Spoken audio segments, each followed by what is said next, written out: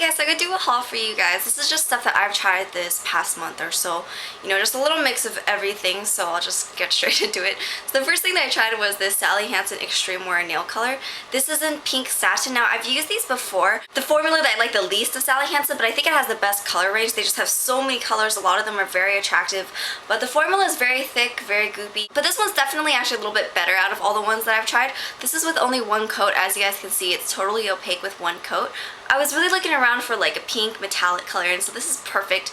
It does lean more towards lavender, but I think the color is really fun. I think it's surprisingly wearable because normally I can't really wear colors that are too cool toned.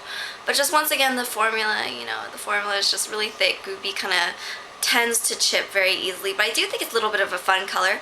For this color in general, I would say, you know, any side notes is that if your nails aren't smooth for whatever reason, then it's gonna really look bad in the parts where it's not smooth, because then all the metallic bits are gonna bunch up around any part of the nail that is really dry or uneven. So, you know, if you can try to use a base coat that's a little bit more smooth, you know, so you can get a really nice coat layer. But I think that it looks really surprisingly nice for the color. You know, I'm glad that it's very affordable. I think it's only around $2 or so, so I think it's a really fun color, but you know, it's not like super good high quality polish. I think that they just have such a great color range with this polish, but formula wise this is definitely, you know, their worst polish, but I just think it's just a fun color, you know, so I think for the price, for the color range, it's pretty good. So the next thing that I tried was a hand lotion. So my hands have been really dry lately. I've been traveling a lot, and so I use a lot of, like, you know, those industrial strength commercial soaps just they get in like any public restroom, and so it's been really drying out my skin, and so I started carrying around hand lotion.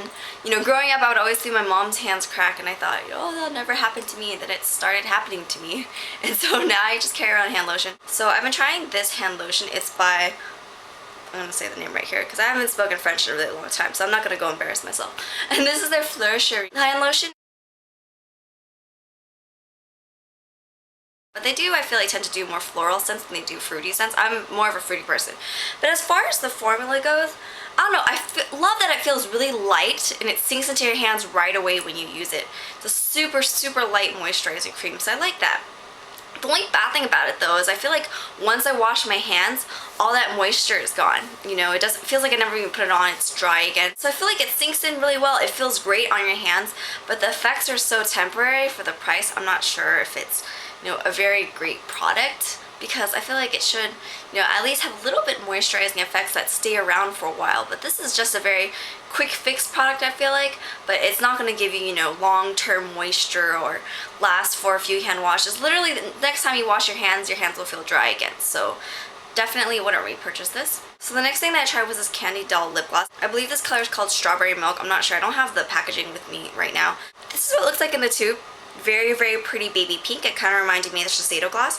But then when you look at it really closely, you realize that it's actually pretty clear for the most part. So I really like the formula. It has a little bit of a doe foot brush. I really like the formula, as in it's very, very thick and it's not sticky, which is what I kind of like my lip glosses to be, because I feel like if the lip gloss is too light, like the NARS ones, it kind of just slips around your mouth. And so I do like ones that are a little bit thicker, since they tend to stay on longer, like MAC, you know, but MAC, obviously, their lip glosses are just awful. They're so sticky. But there's just no pigmentation with this one. It's pretty much clear. It reminds me of a lot of the lip glosses you would buy in tubes, so you can't even see it. It reminds me of a lot of the lip glosses that you would buy in tubes, you know, when you're a young teenager. And when I was young, all I wanted was a really, really, really shiny lip gloss. You know, just it basically looked like I smothered oil over my lips, but that was just what I was into at that age. And that's pretty much what it reminds me of, but with a better formula, because it's not sticky at all. It's very thick. So if you're someone who really likes your natural lip color and you just want it to be a little bit more shiny, then maybe you could try this, but it really doesn't change your lip color all that much. It does a little bit, but not that much. Really, it's pretty much like nothing. It's almost like putting on a little bit of a tinted lip balm.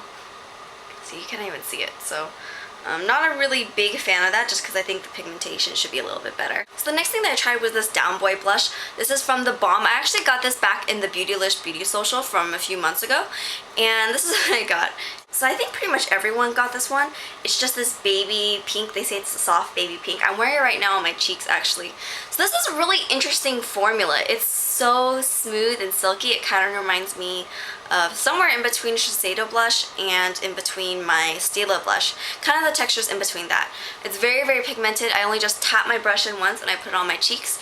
It's very pigmented. It's very smooth, very silky. Really highly recommended. I guess the only issue with the Balm products is, I'm not a huge fan of their packaging, but that's just their style, so I don't really know how much, I can knock on it. But personally, I'm not a huge fan of the packaging just because I do tend to travel a lot, and, putting a cardboard box on a wet kitchen counter is one of the worst things you could do. Just would fall apart, I think. But I've been pretty good about not getting this one wet, but it is cardboard, so I guess that kind of sucks, This is what the back looks like. This is what the front looks like. And it even has a little bit of a mirror right there. It's actually pretty big. Here you guys go. I figured I'd show a close-up of the kind of texture of the blush. You guys can see, super pigmented. The last thing I tried is this Dior Skin Sculpt Concealer, and this is in number 2. So number 1 was way too light. Number 1 would fit more around the NC10, NC15 range. I am around the NC25 range. I'm looking very tan right now because it's actually a little bit overcast. I really want to try this under eye concealer. Rachel raved about it, but I just think that this isn't the right color for me. I like a lot of really great under eye concealers, and I do think that this is a good under eye concealer for the texture and consistency of it. But I do prefer my Shiseido one because the color match, number 2 in that one, actually works a lot better for my under eye area. This one's just a little bit too dark for me personally. I really like the formula though. When I dot it on my formula, it's very pigmented, very smooth, doesn't sink into fine lines, but the color just isn't light enough to cover up my under eye circles. It just kind of makes that whole area look darker.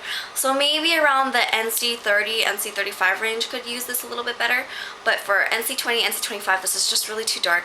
So there's really not enough of a color range, but I find that to be the case with most really good under eye concealers. They're just not that great. And then this is what it looks like. It has a doe foot applicator as well. And then I just liked it because it was so easy to apply. You could just dot it underneath your eye and then blend it with your finger really easily.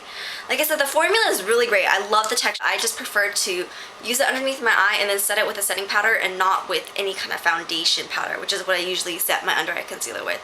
So that's it. That's all I really tried this month. Only 5 things. I feel like it's still a lot for an average person. I think I'm a very average person. So there you guys go. I hope you guys enjoyed those reviews. Sorry they were mostly not that great, but that was because all the stuff that was really great was in my nail video right here. And I really liked all that nail stuff I tried. But I also actually liked this nail product, so I guess I'm just in a nail kick lately. But that's it. I hope you guys enjoyed that. I hope you guys check out this polish. I'm actually a pretty big fan of it. I will talk to you guys later. Bye.